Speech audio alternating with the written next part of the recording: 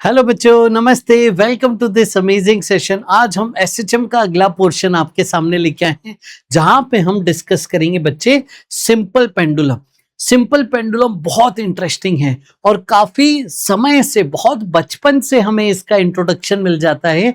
तो बहुत पहले से हमें पता होता है कि सिंपल पेंडुलम क्या होता है, टाइम पीरियड का फॉर्मूला क्या होता है, ये सब हमें बहुत पहले से आ जाता है बेटा। और इसके बहुत सारे सवाल सॉल्व करेंगे, सारे डिफरेंट केसेस जो पॉसिबल है सब आपको सिखाएंगे, एकदम आपको सिंपल पेंडुलम में एक्सपर्ट बना देंगे। इसके साथ साथ फिजिकल पेंडुलम के भी केसेस करेंगे, सिंपल पेंडुलम में जो वेरिएशंस हैं वो भी सब आपको करा रहे होंगे। तो एकदम बहुत ही ज्यादा कॉम्पैक्ट और बहुत ही ज्यादा इफेक्टिव ये सेशन होने वाला है। तो पूरा सेशन देखिएगा कंप्लीट लर्निंग के लिए। उसके बाद मार्क्स ऐप पे जाके प्रैक्टिस कीजिएगा। टेलीग्राम ग्रुप जरूर ज्वाइन करना, जिसका लिंक डिस्क्रिप्शन में, जहां पे आपको सारी अपडेट्स और क्लास के नोट्स मिल रहे होंगे। तो आ जाओ बच्चों, लेट्स बिगिन द सेशन। सबसे पहले देखो लीनियर एसएचएम क्या था। जैसे स्प्रिंग ब्लॉक सिस्टम था, एक पार्टिकल था, मीन पहली एक्सट्रीम दूसरा एक्सट्रीम, इसके बीच में ऑसिलेशन कर रहा था।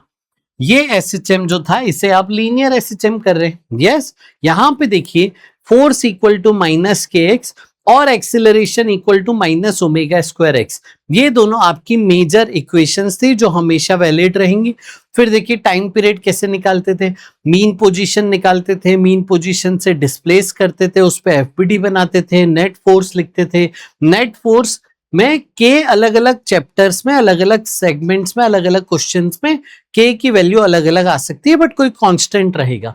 के यहाँ पे एक रिप्रेजेंटेशन है, फोर्स का कांस्टेंट है, एक्स का कोफिशिएंट है। तो फोर्स हो गया माइनस के एक्स, बच्चे फोर्स को मास इनटू एक्सेलरेशन लिखा, माइनस के एक्स के बराबर एक्सेलरेशन आता है।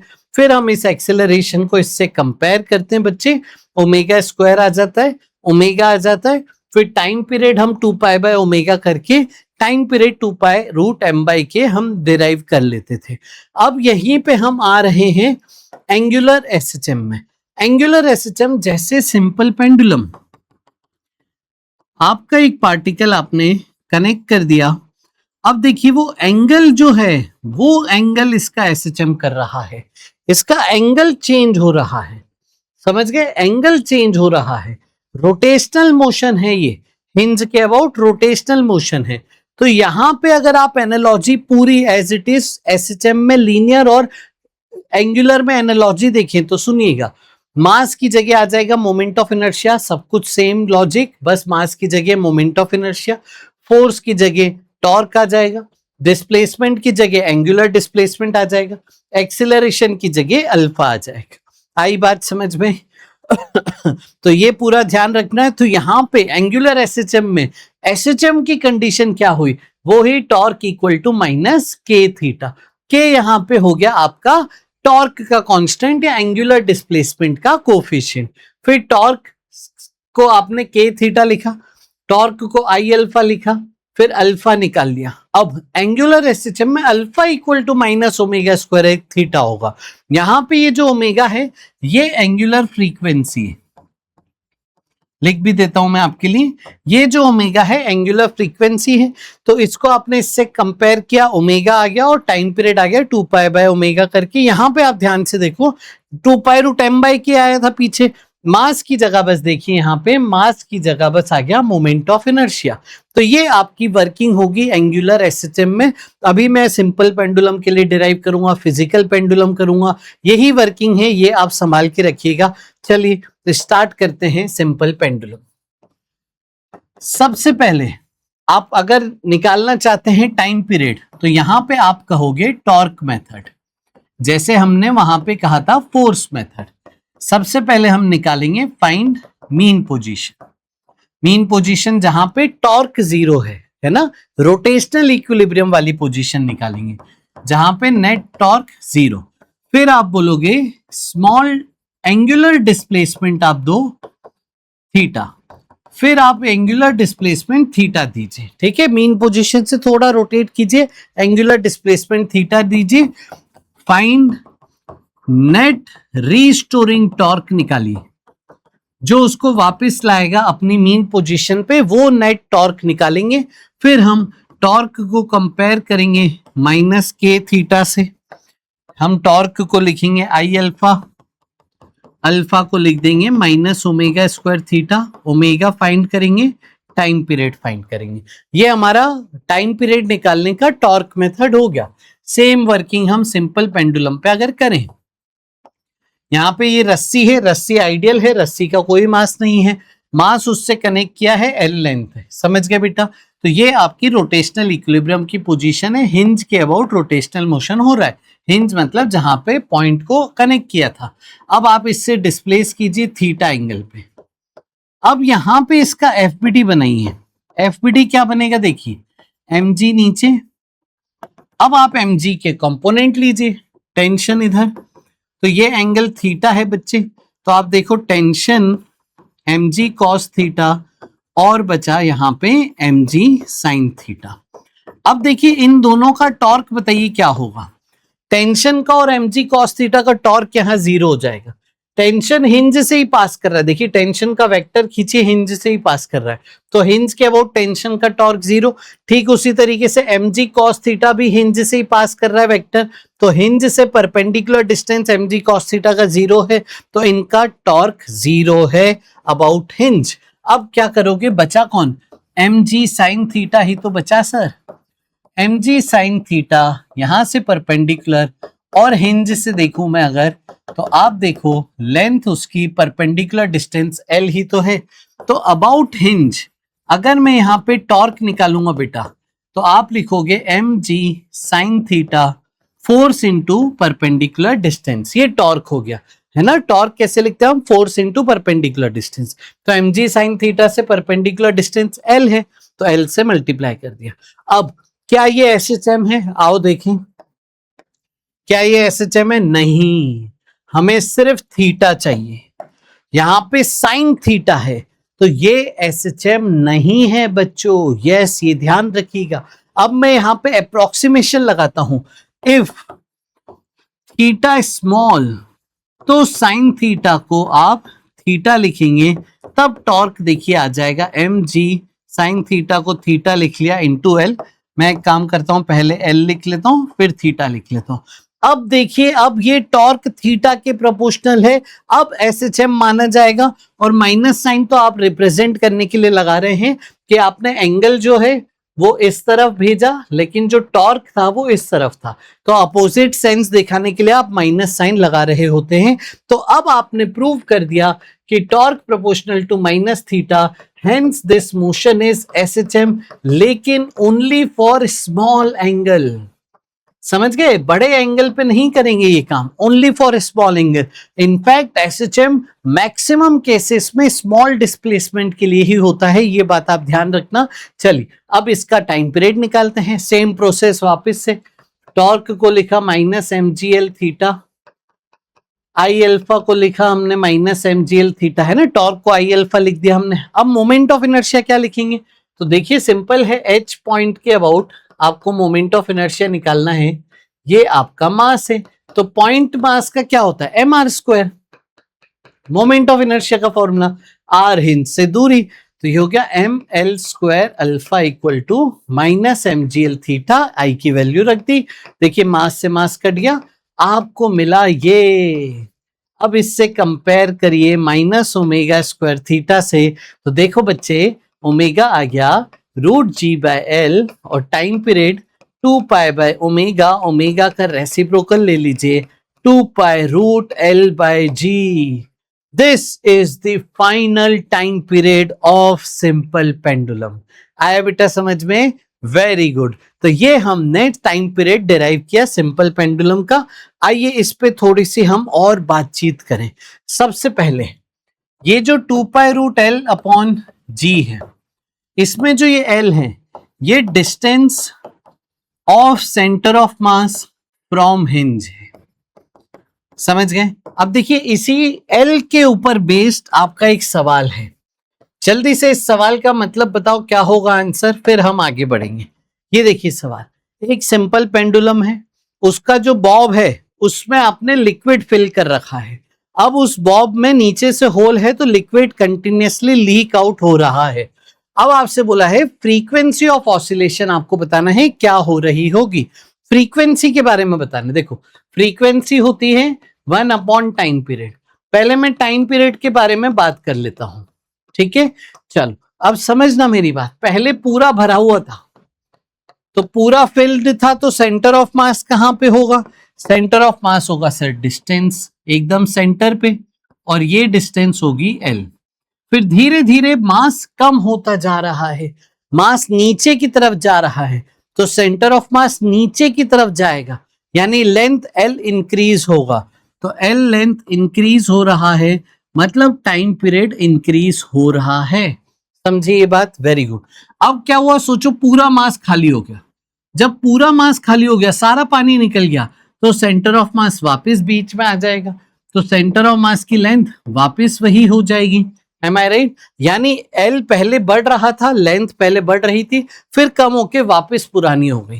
तो L पहले बढ़ा, देन L डिक्रीज होगा, टाइम पीरियड डिक्रीज होगा, and finally initial time period के बराबर फाइनल टाइम पीरियड आ जाएगा। ये वर्किंग हो गई सिर्फ इस नॉलेज से कि जो एल लेंथ है वो सेंटर ऑफ मास की लेंथ है। अब इसके बाद पूछा था फ्रीक्वेंसी के बारे में बताइए, तो देखो बच्चे फ्रीक्वेंसी 1 अपॉन टाइम पीरियड है ना, टाइम पीरियड पहले बढ़ा फिर कम हुआ, तो frequency first decrease then increase. तो आपका D is the correct answer इस सवाल का। आया बच्चे समझ में? चलिए अब हम आते हैं वापस से हमारे फॉर्मूला के बारे में और बातचीत अब करते हैं। जी की जगह देखो क्या लिखेंगे, जी की जगह हम लिखने वाले हैं जी इफेक्टिव। तो जी इफेक्टिव के अब हम सवाल करने वाले हैं। सबसे पहले चलो मैं एक ना वैल्यू रख के आपको बता देता हूं। सपोज आपको याद रखना होता है सेकेंड्स पेंडुलम की कहानी, ये बेटा आपको याद रखना होता है टाइम पीरियड। सेकेंड्स पेंडुलम मतलब ऐसा पेंडुलम जिसका टाइम पीरियड 2 सेकेंड हो। ये ना घड़ियों में जनरली यूज होता है, ठीक है। आ जाओ, कैसे सर घड़ियों में? आओ, ये नेगेटिव एक्सट्रीम, ये पॉजिटिव एक्सट्रीम। तो घड़ी में कैसे, आपने घड़ियां देखिए, बड़ी बड़ी पेंडुलम क्लॉक होती है, जनरली हॉरर स्टोरीज में दिखाते हैं, ठीक है। यहां से इधर जा रही है, टिक टॉक टिक टॉक, एक साइकिल का 2 सेकेंड टाइम, तो एक एक्सट्रीम से दूसरे एक्सट्रीम 1 सेकेंड, फिर वापस आने में 1 सेकेंड, तो ये आपका टिक टॉक वाला मोशन हो गया। ये घड़ी में जनरली यूज होता है, पेंडुलम क्लॉक में जो टाइम पीरियड है 2 सेकेंड से। चलिए इसके बराबर अगर कह रहे हैं तो आ जाइए, इसके बराबर देखिए ये कट गया, और देखिए √10 ऑलमोस्ट पाई की वैल्यू के बराबर होता है, इसीलिए देखिए √g को पाई से कट कर दिया, तो L का √1 यानी लेंथ आ जाती है इसमें 1 मीटर, यानी length of the string 1 metre है अगर, तो टाइम पीरियड 2 सेकेंड्स आ जाता है, जिसे हम कहते हैं सेकेंड्स पेंडुलम। अब आ जाओ मैं आपको जी इफेक्टिव वाले केसेस समझाता हूं। मान लीजिए हमने ये सिंपल पेंडुलम लिफ्ट में रख दिया और लिफ्ट को हम एक्सेलरेट कर रहे हैं। ऐसे में 3 केस दे देता हूं, एक ऊपर एक नीचे, एक हॉरिजॉन्टल एक्सेलरेशन। याद है आपको एनएलएम में ये सिखाए सूडो फोर्स का कंसेप्ट। तो जो एसएचएम होगा, जो ऑसिलेशन होगा विथ रिस्पेक्ट टू लिफ्ट होगा, तो जब हम विथ रिस्पेक्ट टू लिफ्ट लिखेंगे तो यहां पे एमजी नीचे और सूडो फोर्स भी नीचे आ जाएगा। यस, सूडो फोर्स भी नीचे आ जाएगा। तो यहां पे जी इफेक्टिव का कंसेप्ट क्या होगा? जी इफेक्टिव है नेट डाउनवर्ड फोर्स या net force divide by mass. Net force g plus a, mass से डिवाइड कर दीजिए, मास कट जाएगा। यहां पे टाइम पीरियड आ गया 2 π√L अपॉन जी की जगह जी इफेक्टिव आपको लेना है। आई बेटा बात समझ में? ये ध्यान रखना है, टाइम पीरियड 2 π√L अपॉन जी प्लस से। देखो जी इफेक्टिव जब भी लोगे ना, टेंशन ना लीजिएगा, उसमें सिर्फ mg सूडो फोर्स यही लीजिएगा, टेंशन मत लीजिएगा। यहां पे देखिए नीचे है तो इसमें mg नीचे, सूडो फोर्स इस बार ऊपर हो जाएगा, तो यहां पे g इफेक्टिव हो जाएगा g - a, सब्ट्रैक्ट होंगे दोनों, तो टाइम पीरियड आएगा बच्चे 2π√L/G-A। आया बच्चे समझ में? तो इसका ये आपको ध्यान रखना है। अब यहां पे बताइए, ये वाला केस बताइए, यहां पे जी इफेक्टिव क्या होगा? देखिए ma इधर सूडो फोर्स, mg इधर, देखिए मास से डिवाइड कर दीजिए, नेट एक्सीलरेशन इस तरफ आएगा इस बार, और इन दोनों का रिजल्टेंट आएगा। यस, तो under the root a square plus g square, ये आपका हो गया नेट एक्सीलरेशन, इसे आप कहोगे जी इफेक्टिव, और टाइम पीरियड इसके ऑसिलेशन का होगा 2π/L/G इफेक्टिव। जी इफेक्टिव में खुद से पहले से रूट है, तो रूट के अंदर रूट जी स्क्वायर प्लस ए स्क्वायर। देखिए इसके बारे में और मैं आपको इंटरेस्टिंग जानकारी दूं। देखिए एनएलएम में हम ये पढ़ते हैं, क्या पढ़ते हैं एनएलएम में, कि इस पे सूडो फोर्स पीछे लगेगा तो रस्सी थोड़ा सा टिल्ट हो जाएगी। यस, याद है आपको, रस्सी थोड़ा सा टिल्ट हो जाएगी, ये आपको पढ़ते हैं। टेंशन इधर, वर्टिकल से एंगल थीटा मान लिया। अब हम टेंशन के कंपोनेंट लेते हैं बच्चे, टी कॉस थीटा, इस तरफ T sine theta, m g m a, am I right? अब आप बैलेंस करिए, चलिए, तो टी साइन थीटा हो गया एम ए और टी कॉस थीटा हो गया एम जी, डिवाइड कर दीजिए आप, तो टेन थीटा आ जाता है ए बाई जी। ये बड़ा फेमस है एंगल एनएलएम में, न्यूटन्स लॉ ऑफ मोशन में, फ्रिक्शन में, आपने ये वाला एक्सप्रेशन काफी बार देखा होगा। तो ये हो गया theta tan inverse a by g. ये मीन पोजीशन है विथ रिस्पेक्ट टू लिफ्ट या विथ रिस्पेक्ट टू ये कार, आपका यहां पे मीन पोजीशन है, एंगल थीटा विथ वर्टिकल आपने बताया।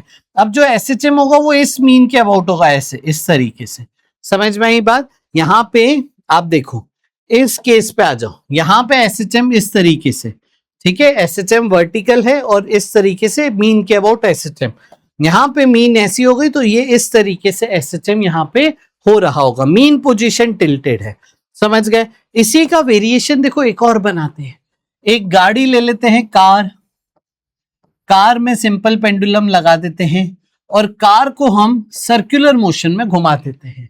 यस, अब बताइए इसका टाइम पीरियड।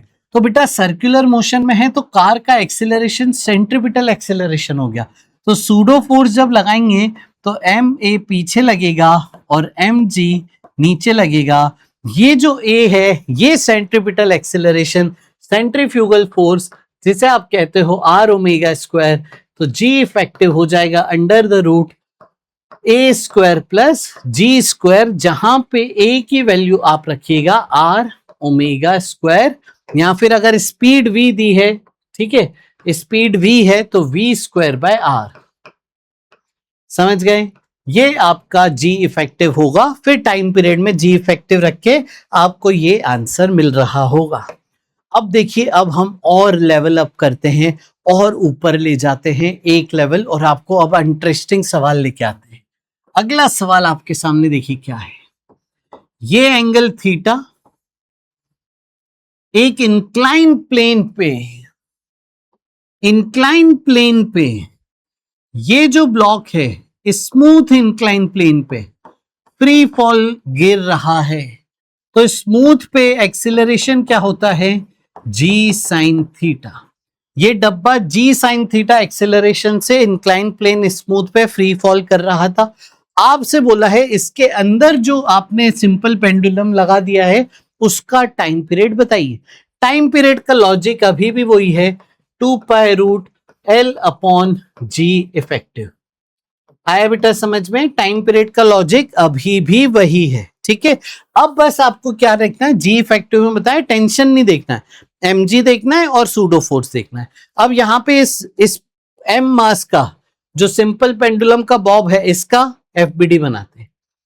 इस तरफ mg sine theta, mg cos theta, ये टेंशन नहीं बना रहे हम, जी इफेक्टिव में टेंशन नहीं लेंगे। सूडो फोर्स किधर आएगा?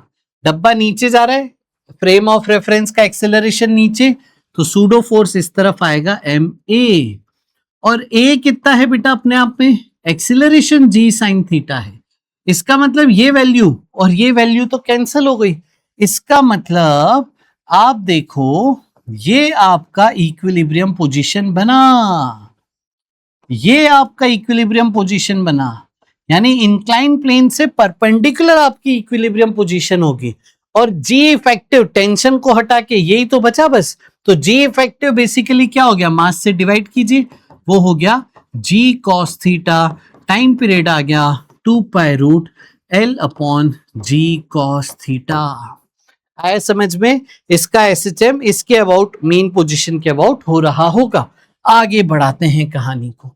अगर सर कांस्टेंट स्पीड से खींच के ले जाओ तो, जीरो एक्सीलरेशन से ले जाओ तो इसको, तो बताओ, जीरो एक्सीलरेशन से ले जाओ। जीरो एक्सीलरेशन से अगर आप ले गए, ठीक है, तो आपके ऊपर सूडो फोर्स तो कोई है नहीं, तो बस एक ही फोर्स है एम जी, दैट्स इट।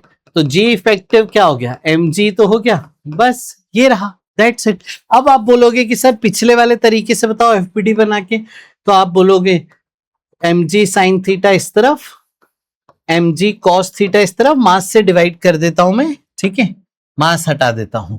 तो जी इफेक्टिव क्या होगा, इन दोनों का रिजल्टेंट, चलिए इन दोनों का रिजल्टेंट निकाल लीजिए, जी square sine square plus g square cos square. देखिए sine square plus cos square 1 ही तो आ जाएगा, तो जी स्क्वायर बचेगा जी, वही आपने कर दिया। अब अगर मैं यहाँ पे ऊपर की तरफ एक्सेलरेशन करके ले जाता, इसी ऑब्जेक्ट को ऊपर की तरफ एक्सेलरेशन करके मैं ले जा रहा होता, तब कैसे करेंगे? तब देखिए सूडो फोर्स इस तरफ आ जाएगा, mg साइन थीटा इधर है और इधर ही सूडो फोर्स भी है, और इस तरफ आएगा mg cos थीटा।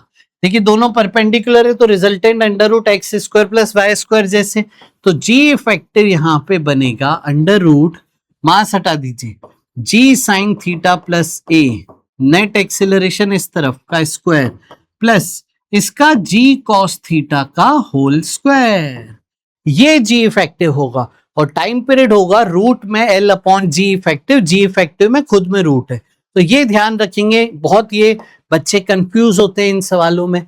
चलिए आगे बढ़ते हैं। अब देखो बेटा, मीन एक्सट्रीम माइनस एक्सट्रीम, तो पार्टिकल यूं चल रहा होता है लीनियर एसएचएम में, तो पार्टिकल का डिस्प्लेसमेंट फ्रॉम मीन हम ऐसे लिखा करते थे, A sine omega t plus phi, simplicity के लिए फाई जीरो मान लेते थे, तो x होता था a साइन ओमेगा टी, है ना, छोटा जल्दी लिखने के लिए ऐसे बता देता हूं।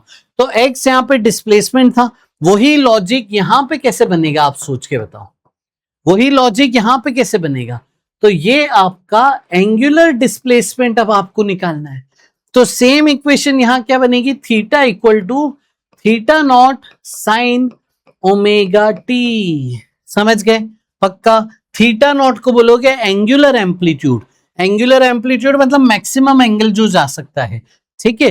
फिर इसको जब आप डिफरेंशिएट करोगे बच्चे, तो थीटा का डिफरेंशिएशन होता है एंगुलर स्पीड, तो मैं इसे पूरा लिख देता हूं, एंगुलर वेलोसिटी आएगी theta naught omega cos omega T, ये जो ओमेगा है ये एंगुलर फ्रीक्वेंसी है, समझ गए? इसीलिए मैं यहां पे इसको मैं ओमेगा नहीं लिख रहा हूं, तो काट दोगे आप, कंफ्यूज हो जाओगे, इसको मैं लिख रहा हूं एंगुलर वेलोसिटी पूरा, ये ओमेगा एंगुलर फ्रीक्वेंसी है। और फिर डिफरेंशिएट करोगे तो एंगुलर एक्सेलरेशन आ जाएगा minus A omega square sine omega t, time period आ जाएगा 2 पाई बाय ओमेगा, समझ गए? ये एंगुलर फ्रीक्वेंसी है, ध्यान रखिएगा। चलिए अब आगे बढ़ते हैं, थोड़े से सवाल जवाब हो जाए बेटा, आ जाओ, थोड़े से सवाल जवाब हम कर लेते हैं। चलिए ये सवाल करिए फटाफट से। लिफ्ट है, लिफ्ट ऊपर जा रही है, लिफ्ट का डिस्प्लेसमेंट दिया है ऊपर की तरफ, आपसे बोला है टाइम पीरियड बताइए। चलिए बताइए तो जरा टाइम पीरियड देखें कितने बच्चे करेंगे। ये डिस्प्लेसमेंट है जे कैप डायरेक्शन में, बताइए टाइम पीरियड सिंपल पेंडुलम का जो लिफ्ट में लगा हुआ है, कम ऑन, यस आ गया, क्या आ रहा है बताओ, आओ करते हैं। तो यहां पे डिफरेंशिएट करेंगे, वेलोसिटी आ जाएगी लिफ्ट की, ये क्या हो जाएगा बेटा 6 7.5, है ना, मल्टीप्लाई कर दिया 2t हो गया, ये 2 से मल्टीप्लाई किया, फिर डिफरेंशिएट करिए एक्सेलरेशन आ गया, अब देखिए भले वो ऊपर जा रहा है बट सूडो फोर्स में एक्सीलरेशन हमें देखना है। काफी बच्चे इसमें गलती करते हैं। तो यहां पे देखिए आपका एक्सीलरेशन तो नीचे आ गया ना, तो इस केस में सूडो फोर्स ऊपर है, तो जी इफेक्टिव आता है जी माइनस ए। 10 में से 7.5 माइनस एक्सीलरेशन का मैग्नीट्यूड 7.5, यानी ये हो गया 2.5 मीटर पर सेकेंड स्क्वायर। आपसे बोला है पहले टाइम पीरियड टी था 2 सेकेंड, तो इसको मैं 2 सेकेंड के बराबर रख देता हूं। फाइनल टाइम पीरियड जो है वो हो जाएगा यहां पे 2.5 आ गया जी इफेक्टिव। ठीक है, ये आपको निकालना है। डिवाइड कर दीजिए दोनों तरफ, तो जब आप डिवाइड करोगे आपको इस तरीके से मिलेगा। ठीक है, तो ये टी डैश 10, जी को 10 रखिए तो 2 इंटू रूट 4, ये आ जाएगा बेटा 4 सेकेंड। आया बच्चे समझ में? तो फटाफट से इसको सॉल्व करिए। चलिए अगला सवाल अब देखिए आपके सामने क्या है। ये रहा अगला सवाल। ऐसा सवाल मैंने स्प्रिंग में भी बताया था। देखिए ये एम्पलीट्यूड 2 डिग्री का है। 2 डिग्री का मतलब आप इस तरफ 2 डिग्री तक जाते, फिर वापस आते, इस तरफ 2 डिग्री तक जाते, फिर वापस आते। M I right? लेकिन रास्ते में पहले ही 2 डिग्री तक पहुंचने से पहले ही रास्ते में 1 डिग्री पे आपकी वॉल आ चुकी है। ये इलास्टिक वॉल है। इलास्टिक वॉल मतलब एनर्जी का लॉस नहीं है, टकराया फिर वापस आया, फिर इस तरफ 2 डिग्री तक जाएगा, फिर टकराया, फिर 1 तक आया, वापस गया। इसका मतलब इसका मोशन अगर मैं लीनियर से कंपेयर करूं तो आप देखिए मीन से नेगेटिव एक्सट्रीम पूरा नहीं जा पाया, ये मीन से a/2 तक ही जा पाया। एम्पलीट्यूड 2 है, a1 तक ही जा पाया, मतलब एम्पलीट्यूड के टर्म्स में a/2 तक ही जा पाया, फिर वापस आया, इधर पूरा गया। ठीक है, ये इसकी साइकिल हो गई। फेजर में सोचते हैं इसको। ये सेम सवाल देखो पिछले लेक्चर में स्प्रिंग में मैंने बताया था, उसी लॉजिक से आप इसको रिलेट करो। अगर आप इसको फेजर में सोचोगे तो मीन से पॉजिटिव एक्सट्रीम पूरा कवर करके वापस मीन पे आ गया। अगली बार a/2 तक ही जा पाया। a/2 का मतलब आप देखते से समझ गए होंगे, फेजर वाला लेक्चर देखा हो तो a/2 मतलब 30 डिग्री। फिर ये नहीं जा पाया एक्सट्रीम तक, फिर a/2 से वापस मीन पे आ गया, मतलब ये वाला पोर्शन पूरा हटा दीजिए फेजर से। समझ गए? तो यहां से शुरू होके यहां तक आपकी साइकिल है, फिर वापस रिपीट हो रही है। टोटल एंगल देखिए जरा, 30, 180, 30, 240 डिग्री। 360 डिग्री अगर पूरा फेजर में घूमता तो टाइम पीरियड टी था। 240 डिग्री के लिए आप यहाँ पे यूनिटरी मेथड सिंपली लगा सकते थे, जिससे आपका आंसर आ गया 2t/3। और टाइम पीरियड क्या है? टी है एक साइकिल का टाइम पीरियड, जो कि है 2π√L/g बच्चे। यस, अब देखिए टी कितना दिया है time period? 1 metre length. 1 metre length मतलब सेकेंड्स पेंडुलम है। सेकेंड्स पेंडुलम का टाइम पीरियड क्या होता है? अभी हमने याद कराया था 2 सेकेंड, तो यहाँ पे 2 सेकेंड रख दो, तो 4/3 सेकेंड आपका इस साइकिल का, इस ऑसिलेशन का टाइम पीरियड आ गया। आई बेटा बात समझ में? चलें आगे। चलो अगला सवाल देखो। ये सवाल आप कैसे करोगे? तो आपको क्या बोला है? एल लेंथ का सिंपल पेंडुलम था। राइट साइड में पूरा एल लेंथ का कवर हो रहा है, लेकिन जब वो इस तरफ आया लेफ्ट साइड की तरफ तो वॉल आ गई। वॉल की लेंथ थी 3L/4। वॉल की लेंथ 3L/4 थी, बची कितनी लेंथ? L/4। यानी जो इस तरफ जाएगा उसमें 3L/4 खत्म हो गया, यानी इस तरफ सिर्फ L/4 ही बचा। समझ गए?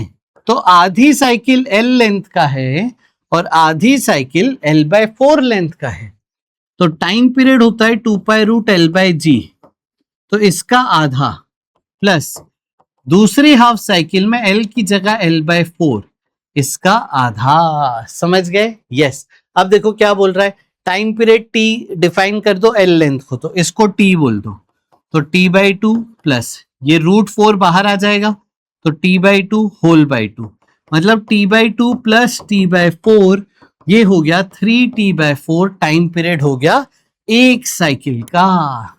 देखा कैसे छोटे छोटे सवाल बनाते हैं, बच्चे कंफ्यूज होते हैं, सोचते हैं अरे ये क्या हो गया। अब रिलैक्स रहिए, मोशन को विजुअलाइज करिए, विजुअलाइज करेंगे मोशन को, अपने आप रास्ता बनते जाता है। समझ गए बेटा?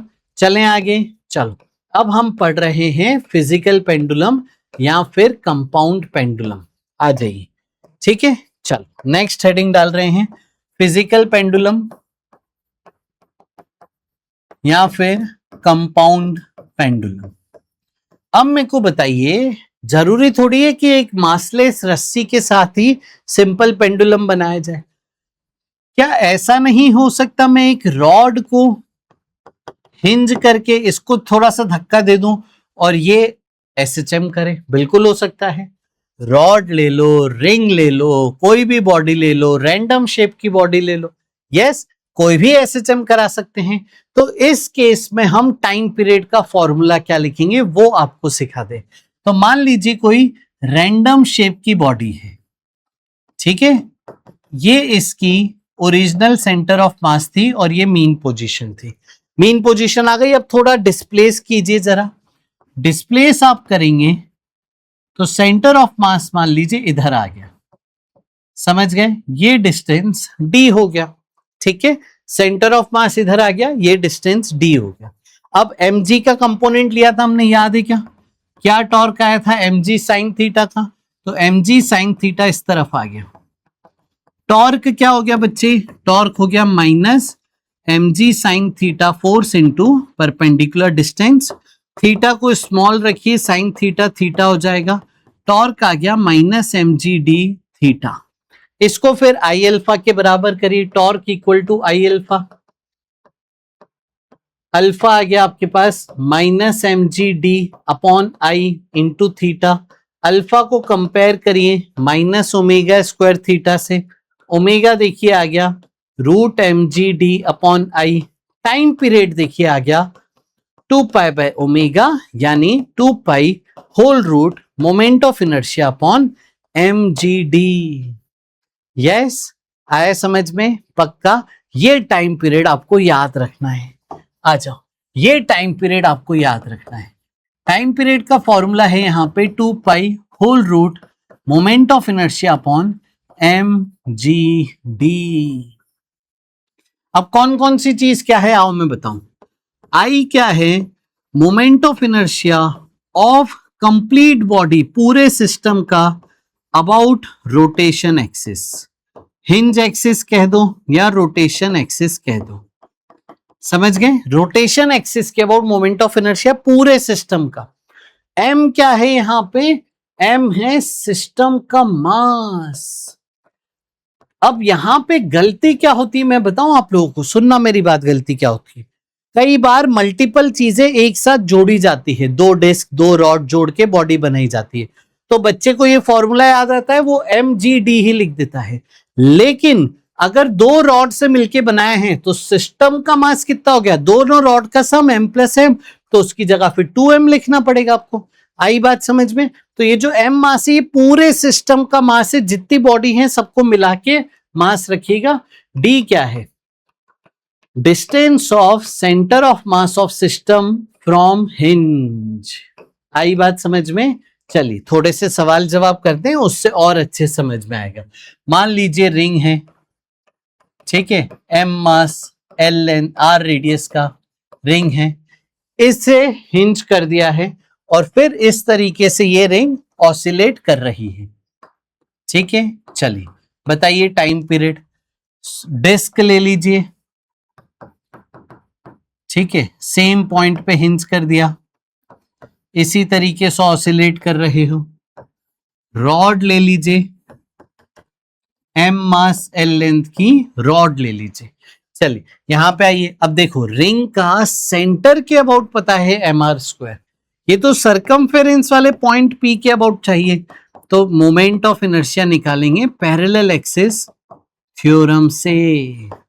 सेंटर के अबाउट पता है और ये डिस्टेंस इनके बीच का r है, तो ये मोमेंट ऑफ इनर्शिया हो गया।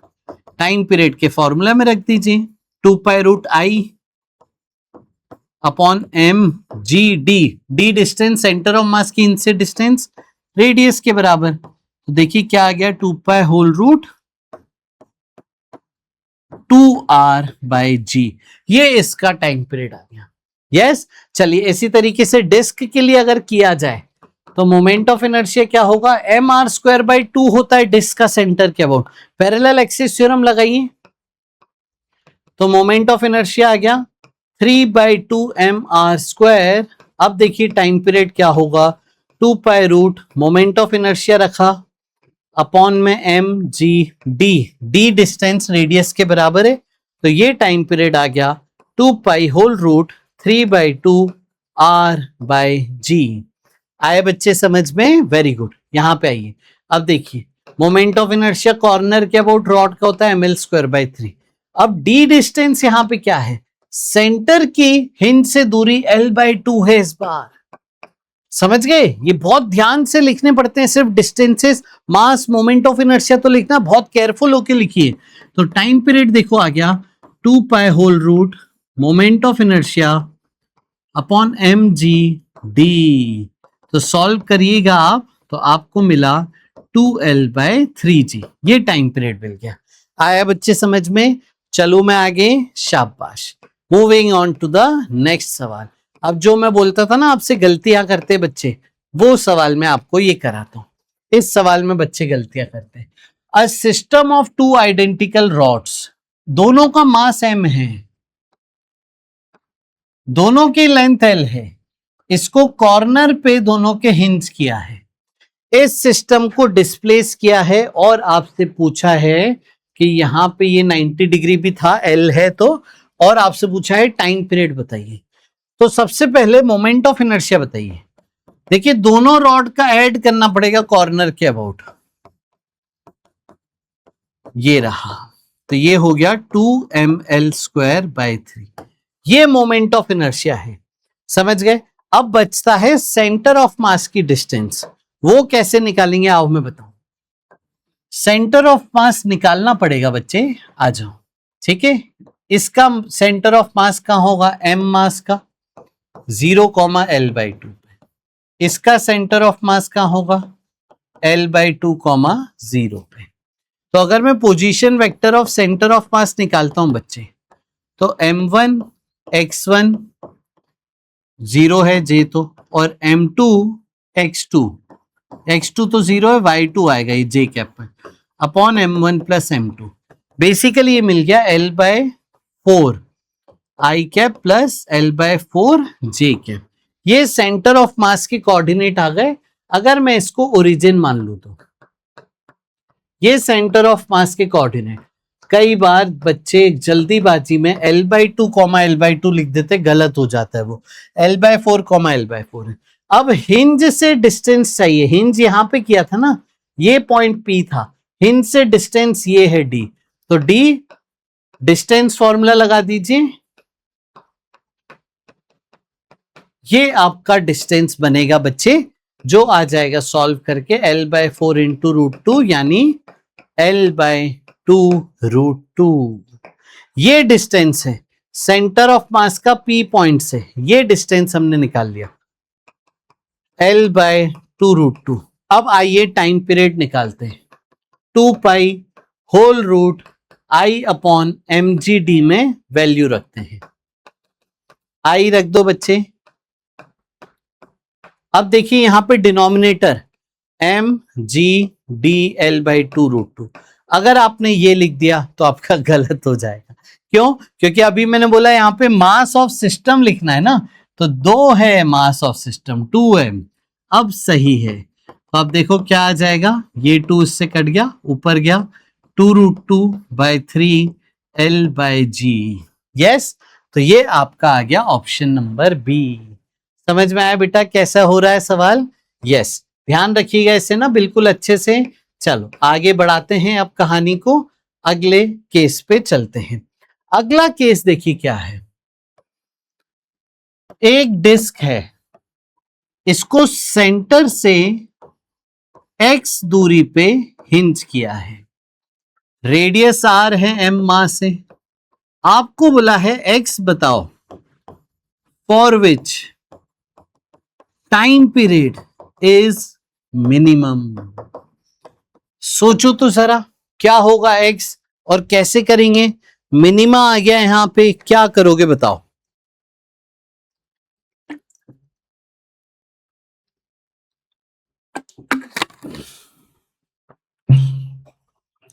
बताओ बेटा कैसे करोगे, आओ देखें इसे।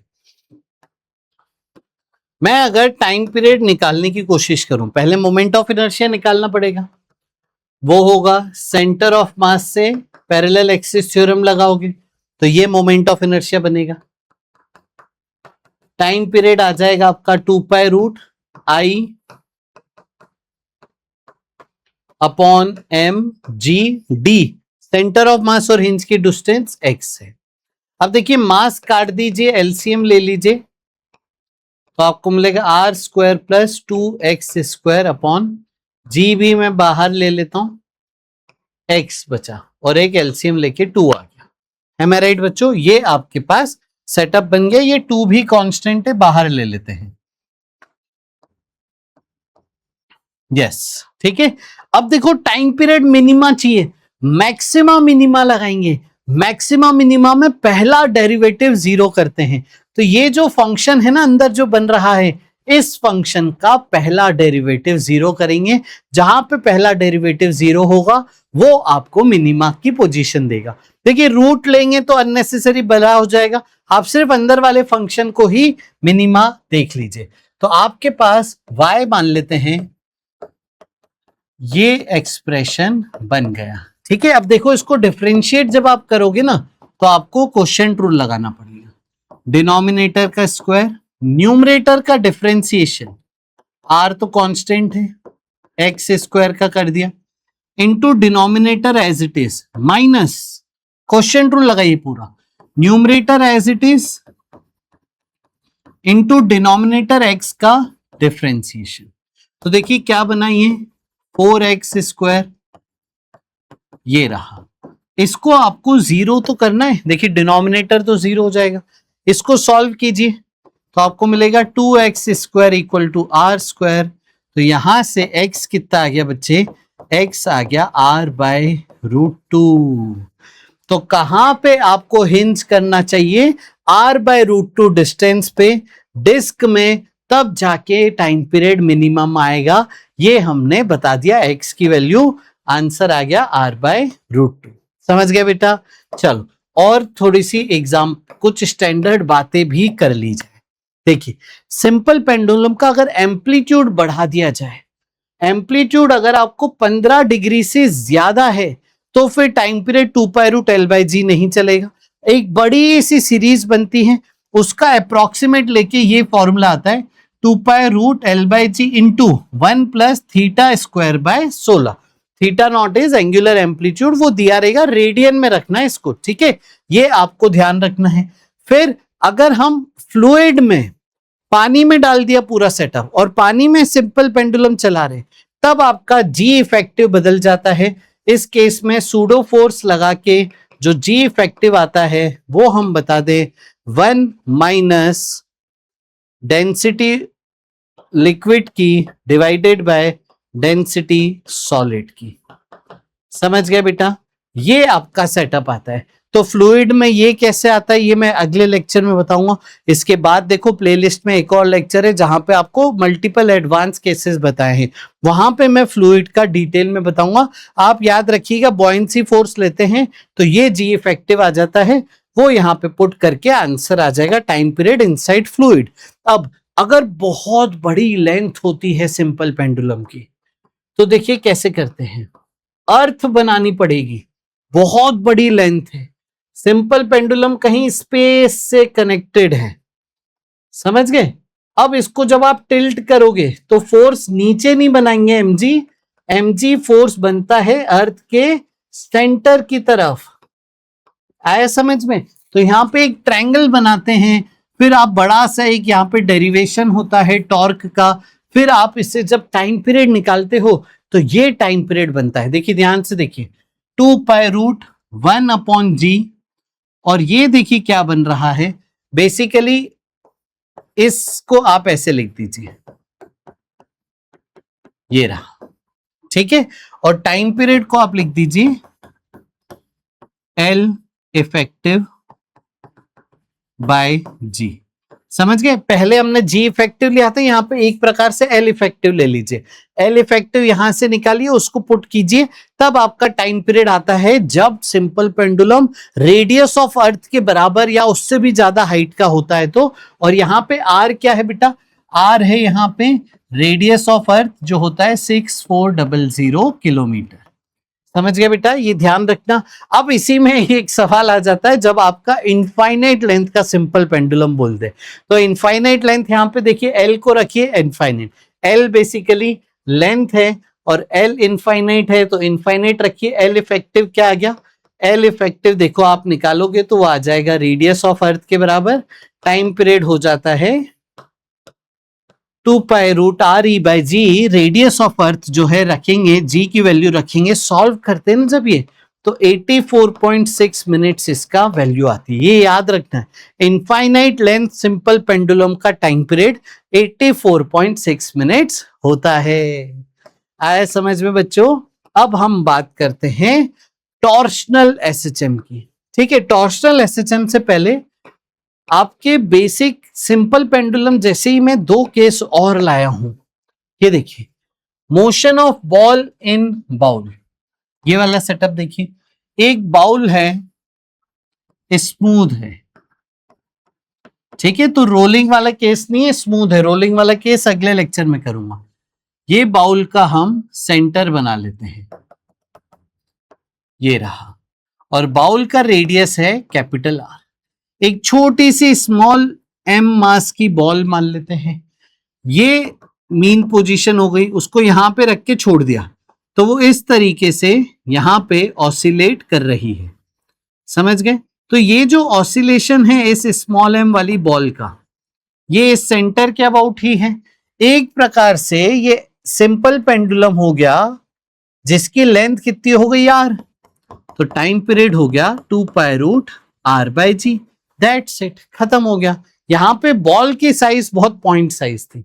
अगर आप बॉल का भी रेडियस मान लें स्मॉल आर और सेंटर का दूरी कैपिटल आर है, तो इफेक्टिव डिस्टेंस जो लेना है सेंटर टू सेंटर डिस्टेंस लेना है।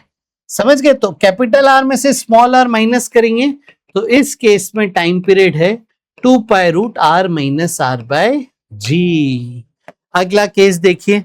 अब आपने यहां पे देखिए क्या किया है, स्प्रिंग की जगह अगर रॉड रख दी तो ठीक है। वैसे तो ये केस स्प्रिंग में आना चाहिए, बट चलो अब यहीं पे आ गया है तो बता देते हैं। आइए, स्प्रिंग में आपका मास क्या होना चाहिए, m, स्प्रिंग कांस्टेंट k, और टाइम पीरियड होता है 2 pi root m by k। अब जब मैं इलास्टिसिटी चैप्टर में जाता हूं तो मुझे पता है हुक्स लॉ से कि ये आ जाता है इलास्टिसिटी चैप्टर में। ठीक है, चलो एक स्प्रिंग का भी केस बता देते हैं। हुक्स लॉ से हम इलास्टिसिटी चैप्टर में पढ़ते हैं कि एक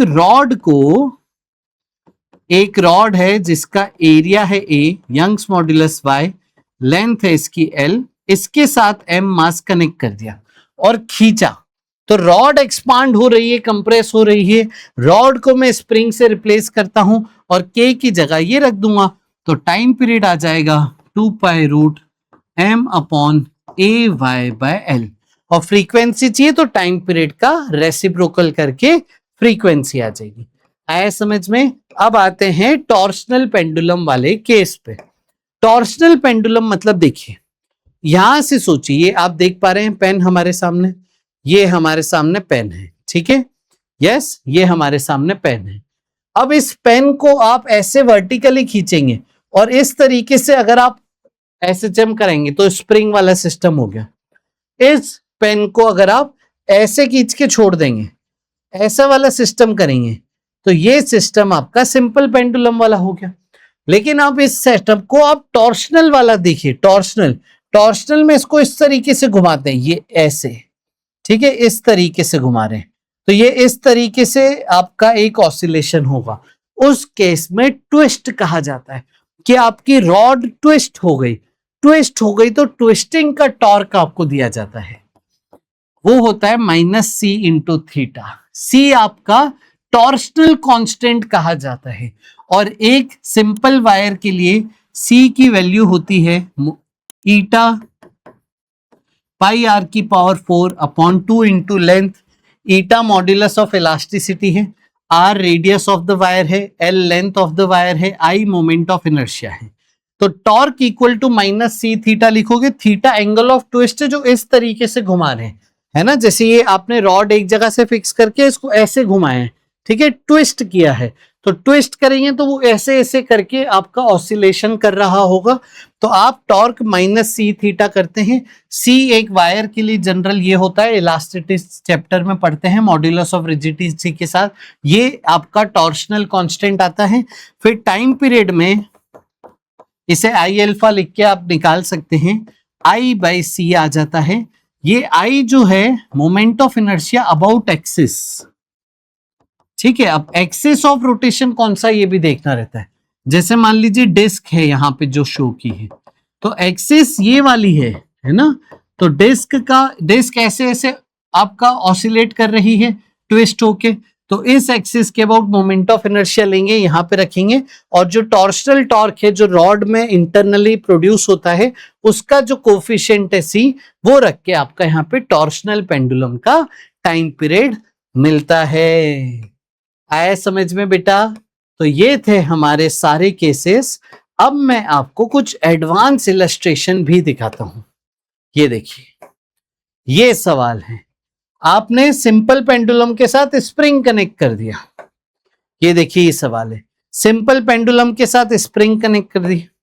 देखिए एग्जाम में आए हुए सवाल, सिंपल पेंडुलम के साथ स्प्रिंग कनेक्ट कर दिया। तो ऐसे सवालों को आप कैसे अटेम्प्ट करेंगे वो मैं आपको सिखाता हूं। ये आपके पास एक रॉड है एम मास एल लेंथ की, दो स्प्रिंग कनेक्टेड है, आपसे इसका टाइम पीरियड पूछा है, आओ सिखाऊं कैसे करेंगे। इसको हम करेंगे बेटा टॉर्क मेथड से, ध्यान रखना, ठीक है, टॉर्क मेथड से करेंगे। कैसे? सबसे पहले आप मीन पोजीशन बताइए, वो तो वर्टिकल हो गई, मीन पोजीशन से थोड़ा सा डिस्प्लेस करिए, ठीक है, चलो मीन पोजीशन से थोड़ा सा डिस्प्लेस कर दिया थीटा, तो mg जो है वो सेंटर ऑफ मास से लगेगा, वो मैं दिखा देता हूं mg साइन थीटा। तो mg का टॉर्क है mg sine theta into L by 2, ठीक है, और किस तरफ है? रीस्टोरिंग पोजीशन की तरफ ही है, वापस मीन की तरफ है। अब देखिए इधर एक स्प्रिंग कनेक्टेड थी, ये वाली, ये स्प्रिंग कंप्रेस हो गई, तो वो कंप्रेस हो गई तो वो फोर्स लगाएगी इस तरफ के एक्स। दूसरी स्प्रिंग जो है इधर वाली, वो स्प्रिंग खिंच गई तो वो भी वापस की तरफ फोर्स लगाएगी के एक्स। समझ गए ये बात? पक्का? अब ये ऑलमोस्ट हॉरिजॉन्टल फोर्स है, ठीक है, ऑलमोस्ट हॉरिजॉन्टल फोर्स है। तो के एक्स का टॉर्क कैसे लिखेंगे वो देखो मैं सिखा रहा हूं।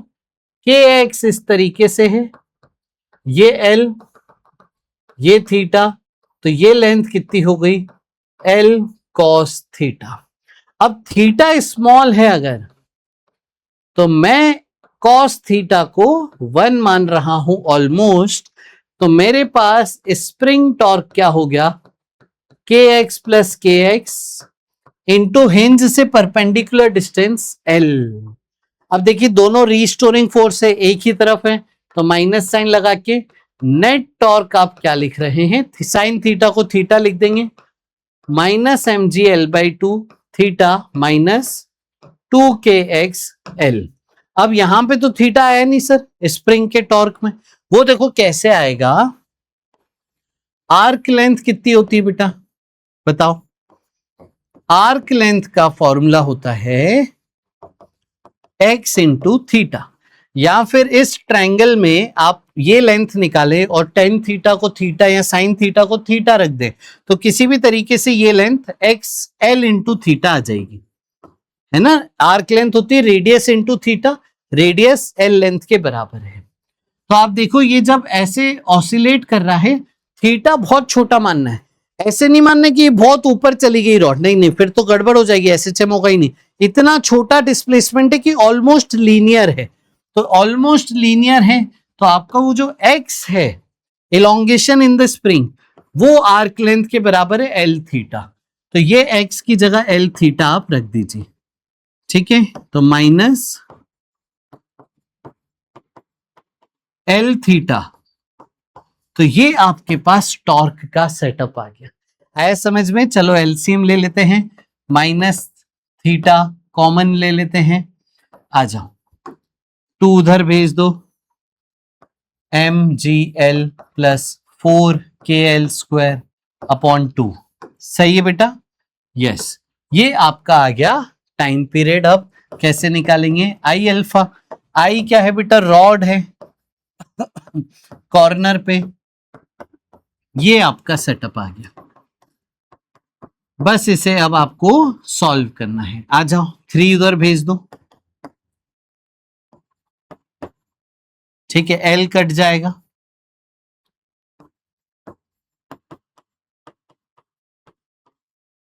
ठीक है, और 1 ml नीचे आ जाएगा। समझ गए? तो ये पूरी चीज ओमेगा स्क्वायर आ गई। तो टाइम पीरियड आपका आ जाएगा 2 पाई होल रूट इसका रेसिप्रोकल। यस, ये टाइम पीरियड आ गया। और फ्रीक्वेंसी पूछी जाए तो इसका रेसिप्रोकल लेके फ्रीक्वेंसी आ जाएगी। This was the answer. आपका ऑप्शन ए से एग्जैक्ट मैच कर रहा है। आया बेटा समझ में कैसे करेंगे? Yes, exact. अब देखो ये सवाल है, इसमें आपको बोला था निग्लेक्ट ग्रेविटी, ठीक है, ग्रेविटी निग्लेक्ट करिए। अब देखिए स्प्रिंग यहां अलग अलग जगह पे कनेक्टेड थी, अलग अलग जगह पे कनेक्टेड है। थीटा थोड़ा सा डिस्प्लेस अगर मैं करता हूं तो ये जो स्प्रिंग है के इसे मैं 1 नाम देता हूं, इसे 2। तो जो KX1 है, इलोंगेशन दोनों में अलग अलग आएगा। तो ये KX1 इधर आएगा, आपने इधर इसको है ना इंक्लाइन किया तो ये इधर फोर्स देगी। सेम इसके लिए आपने इधर खींचा तो ये इधर फोर्स देगी। इसका इलोंगेशन बदल गया, वो है KX2, ठीक है। अब लेंथ कितनी है? देखो मिड पॉइंट पे अटैच किया है, तो ये पूरी लेंथ L है। तो X1 कितना होगा? देखिए X1 के लिए रेडियस L है, तो arc length L theta. X2 क्या होगा? L/2 theta. अब ध्यान से देखो, तो मैंने बोला था कि ये ऑलमोस्ट आपको हॉरिजॉन्टल मानना है, तो इसका परपेंडिकुलर डिस्टेंस ऑलमोस्ट L और ये परपेंडिकुलर डिस्टेंस L/2। समझ गए? तो नेट टॉर्क क्या लिखा जाएगा? KX1 L plus KX2 L/2, इस तरीके से। अब ये वैल्यूज रखिए तो आपको ये मिलेगा, के बाहर, ये हो जाएगा L² थीटा प्लस L²/4, यानी ये हो जाएगा -5/4 KL² theta equal to torque. इसको आप करिए आई अल्फा के बराबर, आई कॉर्नर के अबाउट था, तो आपका देखिए टाइम पीरियड आ जाएगा। अल्फा निकाल लेते हैं पहले पूरा अच्छे से, 15, ये रहा। तो टाइम पीरियड देखिए आ गया यहाँ पे 2 पाई रूट ओमेगा का रेसिप्रोकल 4m/15k। आया समझ में कैसे करना है? यस। तो आपको बहुत केयरफुल रहना है, बहुत आराम से अप्रोक्सीमेशन मान के ये करना है। आओ आगे चलते हैं, इस सेटअप पे लेते हैं। यहाँ पे सेंटर के अबाउट हिंज था, सेंटर के अबाउट हिंज था, तो mg का टॉर्क वैसे ही 0 हो गया। और मोमेंट ऑफ इनर्शिया आपको लेना है mL²/12। अब आप देखिए सेंटर से इस पॉइंट स्प्रिंग का कनेक्शन L/2 है, तो जब आप देखिए इसे रोटेट करोगे तो स्प्रिंग में जो x आया, दोनों स्प्रिंग में सेम आएगा, x आएगा L/2 थीटा। और आप देखो इस तरीके से जब रोटेट होगी तो इधर kx आएगा और टॉर्क होगा kx इंटू ये डिस्टेंस जो ऑलमोस्ट L/2 होगी। तो अब यहाँ पे kx इंटू L/2 लिखिए, दूसरी स्प्रिंग का भी kx इंटू L/2 लिखिए, x को L/2 थीटा लिखिए। यस, और फिर ये सॉल्व करके होमवर्क के आपका इसका सॉल्यूशन आपको बताना है कमेंट में, ठीक है। आई एम होपिंग आप ये पूरा सॉल्व करेंगे, लेक्चर अच्छे से देखेंगे, और पूरा सॉल्व करके फिर इसका आंसर बताएंगे। समझ गए बेटा? यस। तो देखो एग्जाम में आया हुआ सवाल है, मैं चाहता हूं आप खुद से सॉल्व करें और कमेंट में बताएं कि इसमें कौन सा ऑप्शन मैच कर रहा है। इसमें फ्रीक्वेंसी पूछिए, ठीक है? तो टाइम पीरियड निकालिएगा, रेसिप्रोकल लेके फ्रीक्वेंसी बताइएगा। Comment your answer in the chat box. मिलते हैं अगले सेशन में। बहुत सारा प्यार, बहुत सारा आशीर्वाद, एक्सट्रीम मेहनत करते रहिए। Bye bye, take care, God bless you.